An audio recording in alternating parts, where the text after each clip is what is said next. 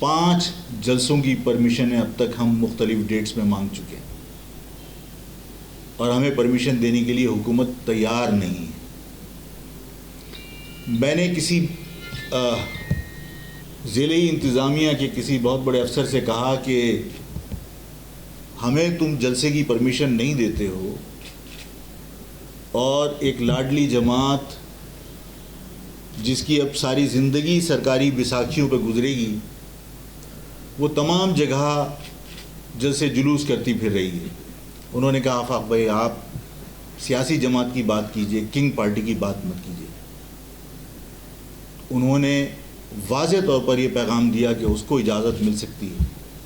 آفاق بھائی ہم آپ کے لیے ہمارے پاس سے پالیسی نہیں, کہیں اور سے پالیسی آتی.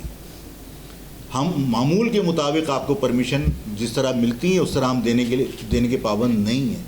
ہمیں منع کیا گیا. جہانگیر روڈ کا پروگرام جس دن ہونا تھا اس رات کو اسائنمنٹ لگے ہوئے ڈپٹی کمشنر کے بورڈ کے اوپر کہ فلاں دن آفاق فلاں جگہ پر تقریر کرنے آئیں گے تو ان کی سیکیورٹی کا بندوبست کیا جائے.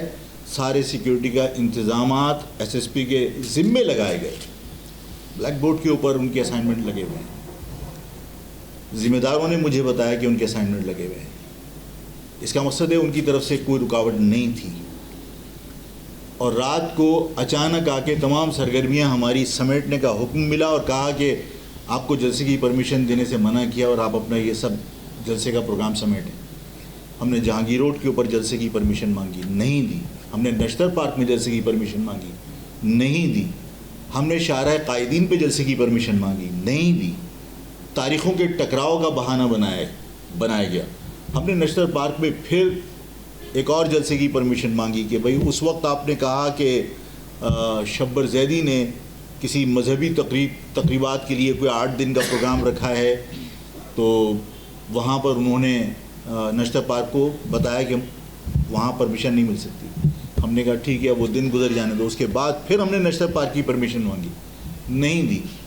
شاہراہ قائدین کی پرمیشن ہم نے دوسری مرتبہ اپلائی کی, وہ بھی ابھی تک ہمیں نہیں ملی. میں سیاسی گفتگو جو بھی کروں گا اور جو بھی میں الیکشن کے حوالے سے عوام کی رائے لے کر فیصلہ کروں گا وہ انشاءاللہ تعالی یا تو شاہراہ قائدین پہ کروں گا یا باغ جناح میں کروں گا. اور وہاں میں آپ کی رائے لینے کے بعد یہ فیصلہ کروں گا کہ الیکشن کے اندر حصہ لینا ہے یا اپنی عوام سے گھر گھر جا کر آپ نے یہ کہنا ہے کہ کوئی گھر سے باہر نہیں نکلے گا. یہ دونوں باتوں کے اوپر فیصلہ باغ جناح میں آپ کی رائے لے کر کروں گا, اپنی عوام کی رائے لے کر کروں گا, یا پھر میں شاہراہ قائدین کے کسی بہت بڑے اجتماع کے اندر یہ فیصلہ کروں گا.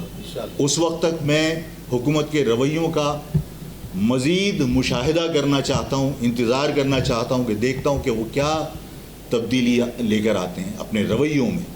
اس لیے کہ میں نے بار بار کہا ہے کہ اس گھٹن کی فضا میں اور اس رویے کے ساتھ کہ کسی ایک مخصوص جماعت کو آپ نے سیاسی سرگرمیوں کی پرمیشن دی ہے, باقی تمام لوگوں کی آواز کو آپ دبانے کی کوشش کر رہے ہیں, تو ایسے حالات میں کہ جہاں آزاد صحافت نہ ہو, جہاں مجھے اظہار رائے کی آزادی نہ ہو, مجھے سیاسی سرگرمیاں کرنے کی آزادی نہ ہو, وہاں آزاد اور منصفانہ الیکشن کیسے ممکن ہے؟